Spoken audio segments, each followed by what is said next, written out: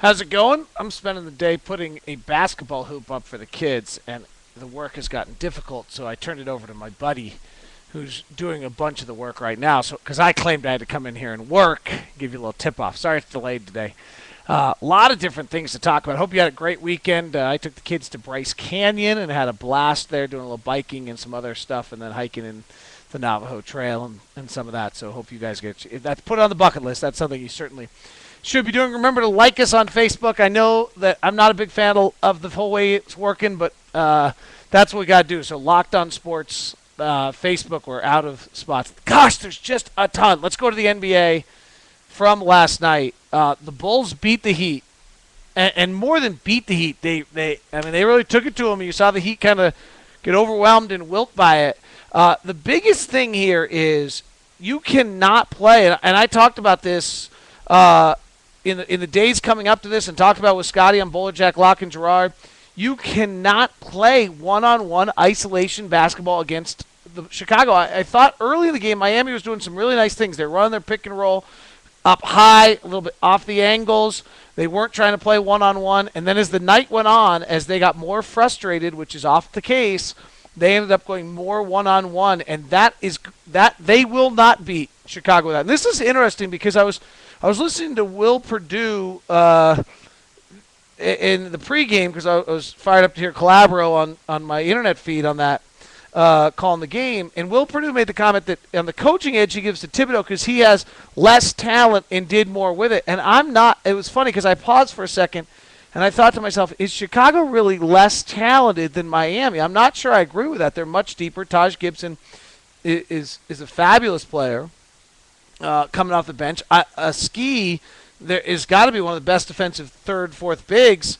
That's a pretty neat combo of bigs there. Then when you have Corver coming off your bench, you have and you have just kind of and Luel. I mean, they don't have the two stars, and then Bosch, which we can talk a little bit about.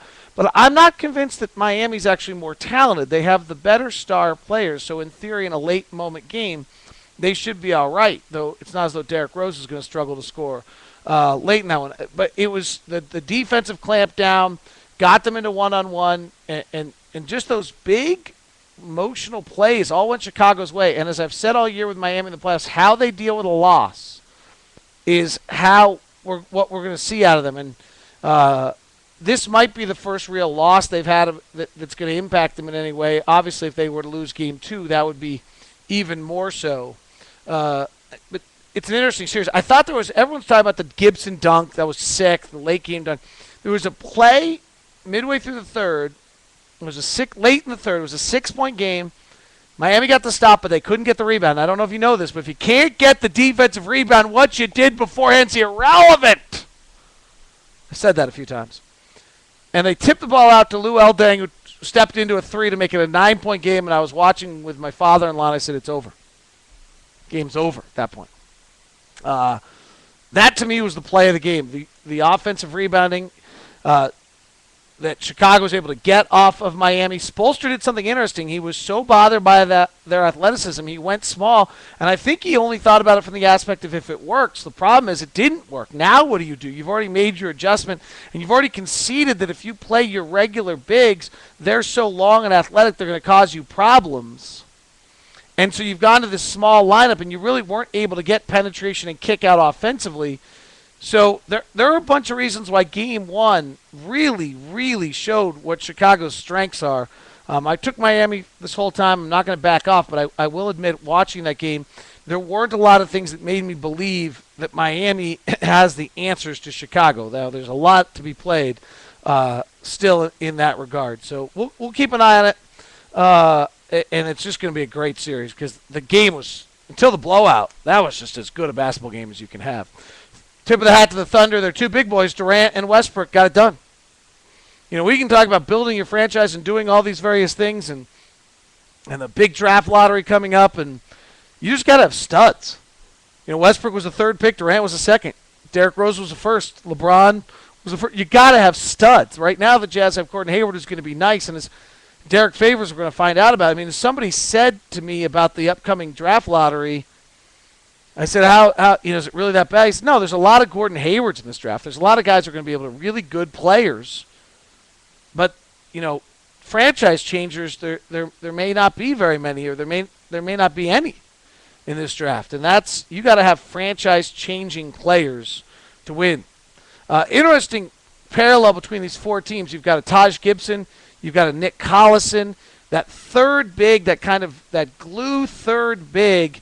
On a bunch of these teams exists. Darrell Arthur on Memphis is pretty good at it. That's the role we've talked about so much, of whether Paul Millsap can play for the Jazz. The other thing I think is really interesting about these four teams is, let's look at the coaches. Spoelstra didn't play. Thibodeau didn't play. Scotty Brooks did. And then Rick Carlisle did, but Rick Carlisle's really out of the intellectual field. Then from a numbers standpoint, you've got Presti, who didn't play as your GM, pure numbers guy, Division III Emerson College guy, really analytical out of the San Antonio field. Dallas's Mark Cuban is as numbers oriented as any owner in the game. Chicago is maybe not as much, but Thibodeau didn't play and is out of the Boston realm, which is where Morey got his start, who's the leader in the numbers. And then Spoelstra, with, I guess, Riley's your GM, who did play, but there's no question Spoelstra is one of the lead analytical coaches. So heavy number influence across the board here on these four teams that are left. It's become a major part of the game. San Jose Mercury's Tim Kawakami wrote a pretty damning article about some of the Jazz players this week, including Al Jefferson named no defensive MVP of the league. And the numbers he went to are real. The Jazz numbers this year with Jefferson on the floor versus off the floor defensively are really disconcerting. Now, that whole starting lineup had a bunch of problems there. Gordon Hayward made second team, or made honorable mention, and Devin Harris got ripped for it. And Devin Harris should have gotten ripped for it. He did not play very good defense since he joined the Jazz. And the question, and he used to be a very good defender in Dallas. And the question on Devin Harris defensively is, did he stop playing defense, forgetting how, because he was on bad teams and he just lost the vibe? Or did he used to play defense purely athletically, and now he's 28, 29 years old, he suddenly lost that step and he can't play D anymore? But those are questions. Al Jefferson is not a great defense player. He's very good on the ball. He's very slow rotating to plays and seeing them develop. And the Jazz did some things defensively last year which didn't allow Jefferson a lot of success. On the pick and roll, they really like to come out and have the big working and trying to change the angle. That's not something Jefferson does well. He's going to slide much better, cover space. So the Jazz are going to have to really evaluate that, but that was a pretty damning article on those two. Fascinating story in the New York Times. Rick Welts, who has been generally recognized as one of the great front office people in the NBA from his all around, came out of the closet saying he was a homosexual. The sports field is not one that is welcome to people coming out of the closet and open to homosexuality. It is rife and filled with homophobia and prejudice against homosexuals, and this is a huge story because Welts is one of the most highly regarded, brilliant men in this game. And how will he be treated? Can he change that culture and climate of it?